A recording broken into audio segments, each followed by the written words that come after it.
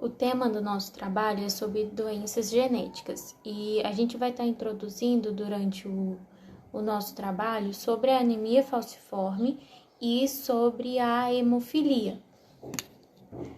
Os integrantes do nosso grupo tá aparecendo aí, que é a Ana Cláudia, a Jamília, a Luana, Maria Eduarda, Mendes, Maria Eduarda Paes e a Marielle.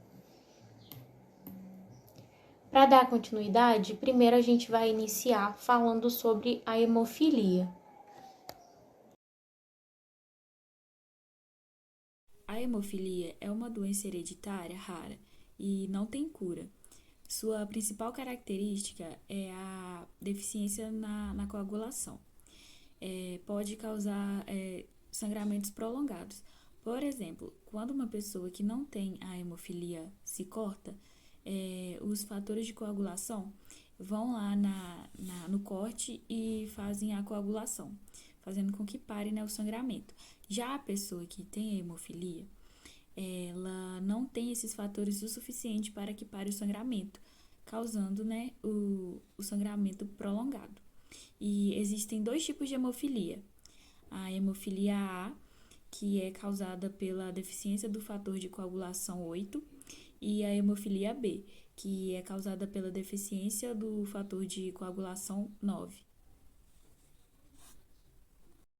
A hemofilia é uma doença hereditária, né, como eu já havia dito, passada de pais para filhos. Basicamente, a hemofilia é uma mutação que ocorre no cromossomo X, que afeta os genes responsáveis pela coagulação. A hemofilia ela age diretamente no sangue.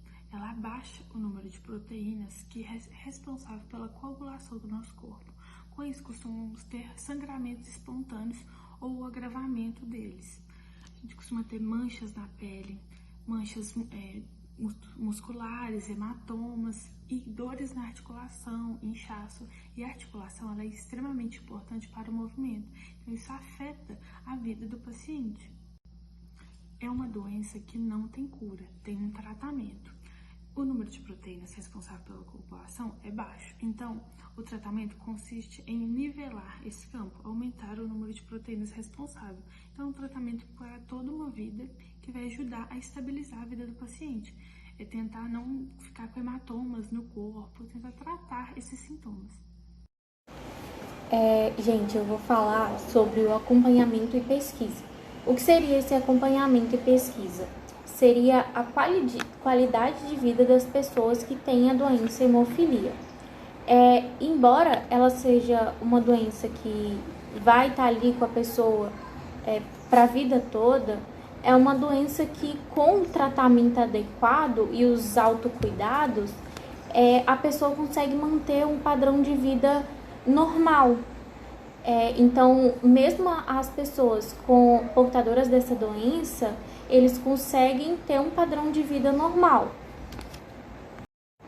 Bom, e para continuar, eu destaquei aqui no slide algumas interferências que, se a pessoa não tiver esses cuidados, ela não consegue ter uma qualidade de vida boa, que seria o acesso a tratamento adequado, a frequência do sangramento, a prevenção do sangramento, restrições a certas atividades e tratamento de emergência.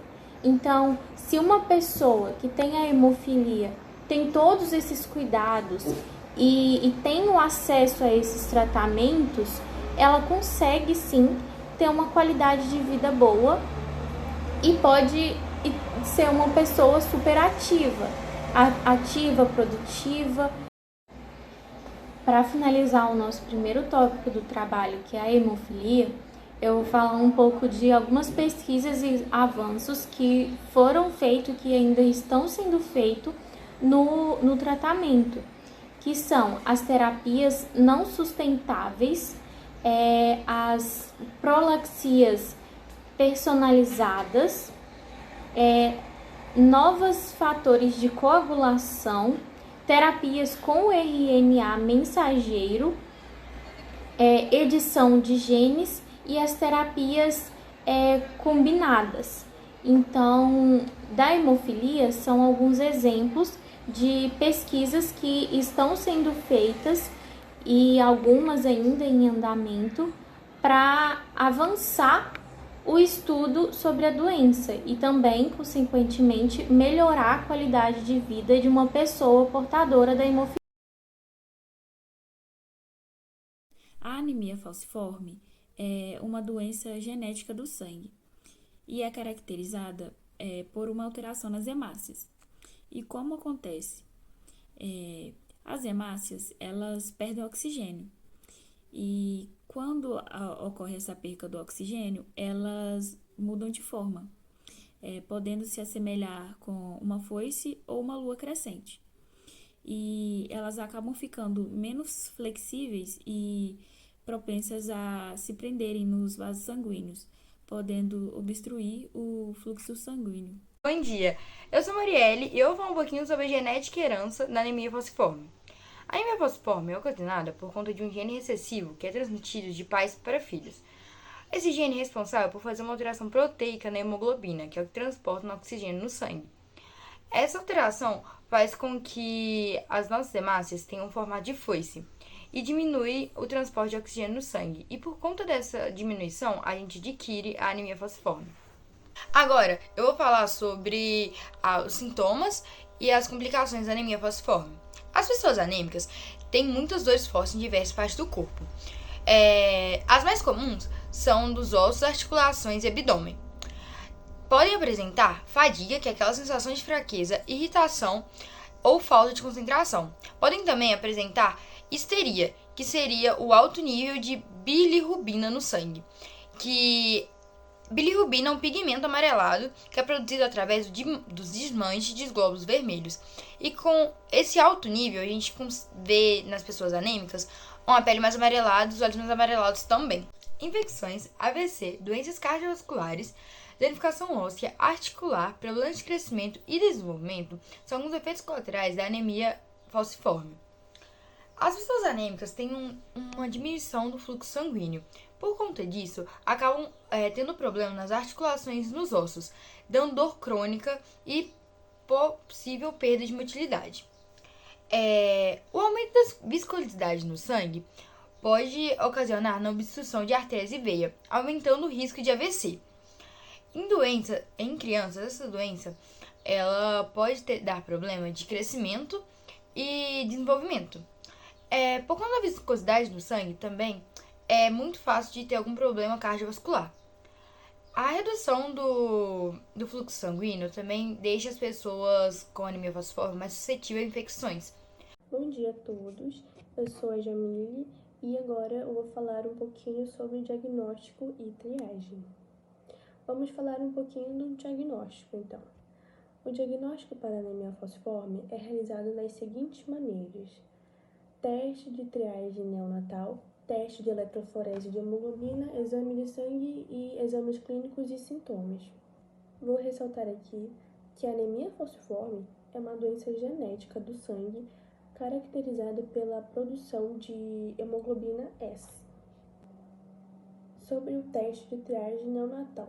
Bom, esse teste muitos países realizam para detectar anemia falciforme em recém-nascidos. Isso é feito através de uma pequena coleta de sangue do bebê, que é testada para ver se há a presença da hemoglobina S, a hemoglobina anormal. Bom, os médicos devem reconhecer e correlacionar a presença de anemia, dor no estômago e nos ossos, as náuseas em jovens negros com possíveis sinais de crise falciforme. Quando os médicos suspeitam da anemia falciforme, fazem então os exames de sangue. Glóbulos vermelhos com forma de foice e fragmentos de glóbulos vermelhos destruídos podem ser vistos em amostra de sangue examinadas em microscópio. A eletroforese de hemoglobina, que é um outro exame de sangue, é realizada também. Só que na eletroforese é utilizada uma corrente elétrica para separar os tipos de hemoglobina e detectar assim a presença de hemoglobina anormal, que seria a hemoglobina S. Os médicos também podem levar em consideração os exames clínicos, como a dor intensa, a icterícia. Mas o que seria a icterícia? A icterícia é basicamente a coloração amarelada dos olhos e da pele. E um histórico familiar, né, para fazer um diagnóstico. E o tratamento? Essa doença tem cura? De forma geral, o tratamento da anemia falciforme tem como objetivo principal prevenir crises, controlar a anemia e aliviar os sintomas. Ou seja, não é tratado pensando necessariamente na cura, mas existe sim uma cura. Um transplante de células-tronco pode representar a cura da anemia falciforme. Células da medula óssea ou células-tronco de um parente ou de um doador que não tenha o gene de anemia falciforme podem ser transplantados para uma pessoa com a doença. Ainda que esse tal transplante possa ser uma cura, ele é altamente arriscado e não é feito com tanta frequência, pois os receptores precisam tomar medicamentos que suprimam o sistema imunológico pelo resto da vida. Imagina. Por isso, esse transplante não é tão utilizado e essa visão de cura, então, não é tão bem vista. Porém, outra possibilidade estudada é a terapia genética, que é uma técnica da qual são implantadas genes normais em células precursoras, ou seja, células que produzem células sanguíneas. Em casos graves de anemia falciforme ou durante crises, pode ser necessário receber transfusões sanguíneas para aumentar os níveis de hemoglobina e melhorar o transporte de oxigênio pelo corpo. Agora, enquanto à prevalência da anemia falciforme, você conhece? Então, a anemia falciforme afeta quase exclusivamente pessoas negras, mas isso não significa que as pessoas brancas estejam livres. As pessoas com traço falciforme não desenvolvem anemia falciforme, porém têm riscos mais elevados de certas complicações no sangue e na urina. Cerca de 0,3% dos negros têm 2 cópias de genes e essas pessoas sim desenvolvem a doença.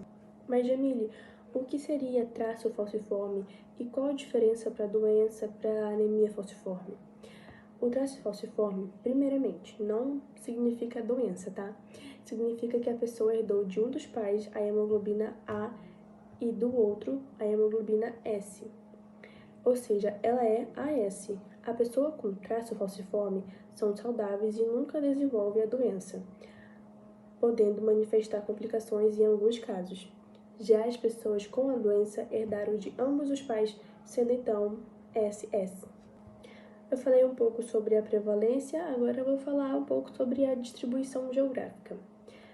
Bom, a anemia falciforme é mais comum em pessoas de origem africana, mas também pode ocorrer em pessoas de descendência mediterrânea, do Oriente Médio e do Sul da Ásia.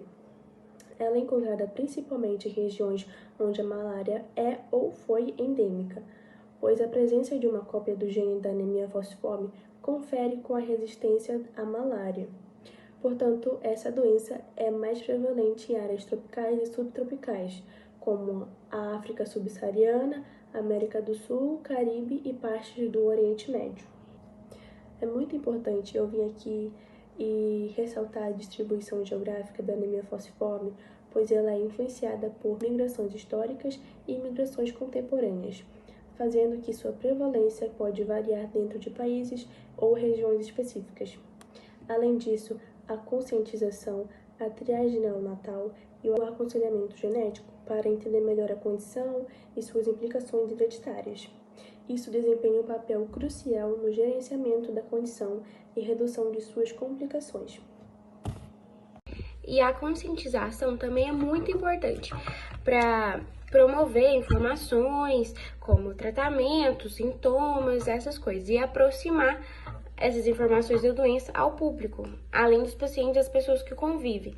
É também muito importante lutar para que essas pessoas que são pacientes dessa doença tenham acesso ao tratamento. É também muito importante, de extrema importância, a campanha de doação de sangue, já que esses pacientes são extremamente dependentes dessas transfusões sanguíneas. Promover, principalmente, que é muito importante também, o apoio psicológico, a empatia com essas pessoas que sofrem com essas dores crônicas. Muitas pesquisas, estudos, tratamentos, terapias emergentes estão em andamento para melhorar a vida desses pacientes da anemia falciforme. Um deles é a terapia gênica, que corrige ou substitui o gene defeituoso. Tem também a terapia farmacológica, que é a criação de remédios, né, principalmente pela dor, que é insuportável. A terapia de reposição da hemoglobina fetal, que estimula essa produção de hemoglobina fetal através de medicamento. Tem os transplantes das células troncos, que são os transplantes de medula óssea, que tem efeito curativo. E, não menos importante, participação em ensaios clínicos, que é importante para avaliar novas terapias e novos tratamentos. E essa doença é um tratamento muito complexo que enfrenta várias barreiras. Por exemplo, como as dores crônicas, complicações crônicas como lesão, muitas infecções, que é um problema muito desconfortável ali para o paciente.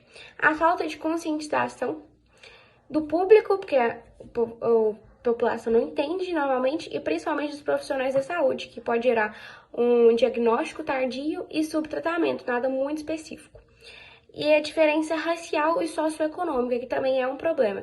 Infelizmente, quem tem mais essa doença vai ser pessoas de ascendência africana e pessoas de comunidade carente, que tem um recurso limitado ou falta nenhuma de recurso, e que gera um problema ainda maior, que é a falta de acesso de uma saúde de qualidade para esse tratamento. E também a falta de acesso de especialistas, é uma doença muito específica. Aí é uma complexidade nesse tratamento. O estigma social, a discriminação também acontece. E o custo do tratamento é um custo muito alto. E não é todo mundo que tem esse recurso para bancar esse tratamento. E a necessidade de pesquisa contínua. É caro até para quem banca esse tratamento. Muitas pesquisas, sempre novidades e tal, para achar uma terapia melhor. Tipo, a gênica, a farmacológica, até mesmo o transplante de medula. Impacto social e qualidade de vida de pessoas com anemia falciforme. Pessoas anêmicas falciforme encaram muitas limitações na sua vida, tanto na saúde, quanto na sociedade, quanto no emocional. Pois a doença, ela afeta tudo que está à sua volta. A comunidade tem um papel muito importante para poder sempre orientar e acolher essas pessoas. Porque conviver com a doença nunca é fácil e a gente tem que estar sempre tratando para não acontecer o pior. A comunidade, ela tem que orientar com informações de como viver bem, como a gente pode tratar e até como evitar. Os pacientes com anemia falciforme conseguem enxergar melhoria quando eles têm mais autocuidado. Aqueles que praticam exercício físico e pensam mais no seu bem-estar, no seu cuidado, na sua vaidade. O que pode muito ajudar, além do exercício físico, é mudar a sua dieta. Sua alimentação é muito importante para a melhoria. A qualidade de vida dessas pessoas não vai só eles, não adianta só o paciente querer se cuidar. Todos estão à sua volta, tem que ajudar, tem que orientar sempre e tá todo mundo junto para ter uma melhor qualidade de vida. Então é isso, esse foi o nosso trabalho. Muito obrigada pela presença e pela atenção. Aqui tá algumas referências que a gente usou para conseguir fazer os slides e para ter embasamento para poder falar sobre tudo isso para vocês. Obrigada.